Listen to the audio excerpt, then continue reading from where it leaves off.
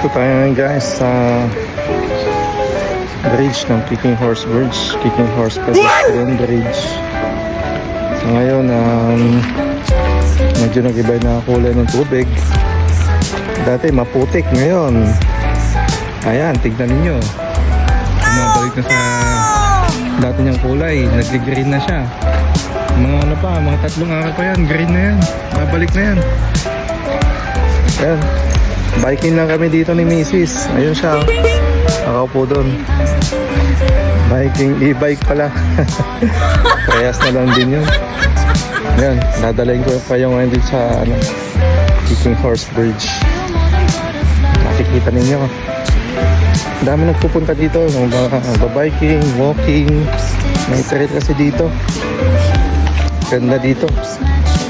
Yan o. Yan. So ito na yung bridge guys. Ito siya. Yan o. Babike yung isa o. Diba? Galing. Tapos ang kagandaan nito, napakaganda ng view dito guys. Ito yung pinagmamalaki nilang spot dito. Madami talaga nagpupunta dito. Ito nako, itong river na to, pagkalalim na ito, tuloy-tuloy yung agos na ito. Siguro mataas kasi sa doon banda mataas, dito mababa, kaya pag ganyan yung agos yung lagi.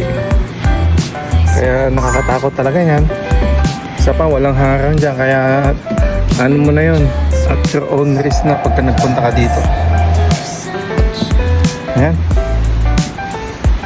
malaking bagay din yung pamamasyal dito kasi syempre nakaka-relax kayong tanawin, ganyan. Tapos may mga bulubundukin din dito. Ayan, sorry, nagpipicture doon, nakuha ko, sorry naman. Ayan o, punta muna tayo dito kasi may nagpipicture doon, baka madamay ako. So ito ngayon, ito yung trail dito na sinasabi ko. Ayan o, meron dito, tapos meron sa kabila. Ayan, punta ka doon, yun. Tapos na syempre pagka napapagod ka na, madami mga upuan dito, tapos mga flowers, ang ganda ng flowers. Wow!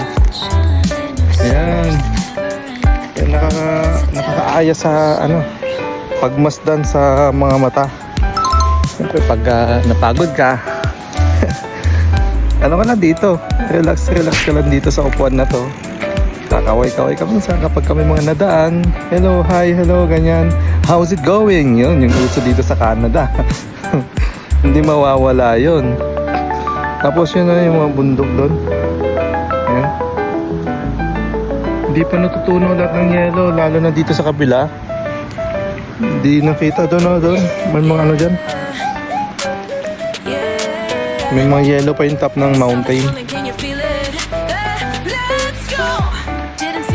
Sarap ng panahon ngayon. Kahapon medyo maulan-ulan, ngayon mabuti at umaraw na. Tapos maganda yung simoy ng hangin ngayon kasi malamig-lamig. Although aabot ng positive 26 ngayon. Ay, isa pa pala dito sa lugar namin, pagka namasyal ka dito, pag nagbabike ako dito, nako. Yung araw dito, kailangan mo mag-sunblock kasi nakakaitim talaga. Para sa Pilipinas lang din, kailangan mo mag-sunblock talaga kasi pagka wala kang sunblock, mangingitim ka talaga eh. Bongga yung itim mo. Yan, kakawayan lang natin si Mrs. no?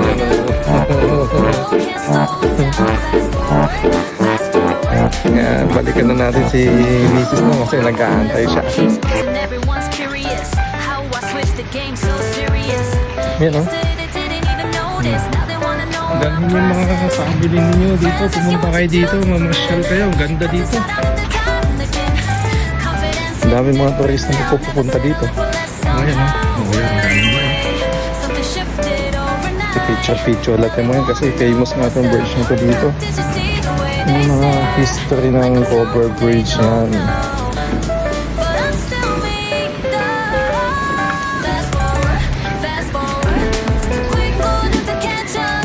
Dami nila.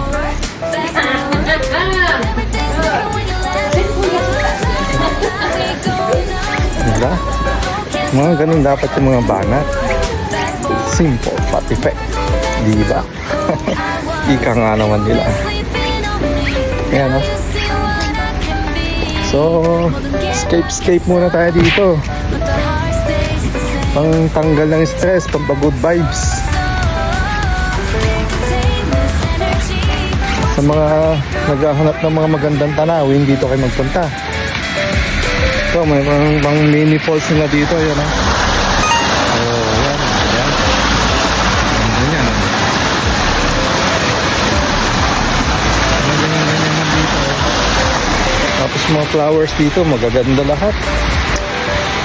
Nakita ninyo yung content ko nung road trip ako ng naghunt ako ng mga iba-ibang flowers. Madami pa akong di mga ma-feature next time. Sasama uli natin yun. Ngayon, tabi lang kayo. Sige, yun lang muna sa ako na to. Sige, bye bye.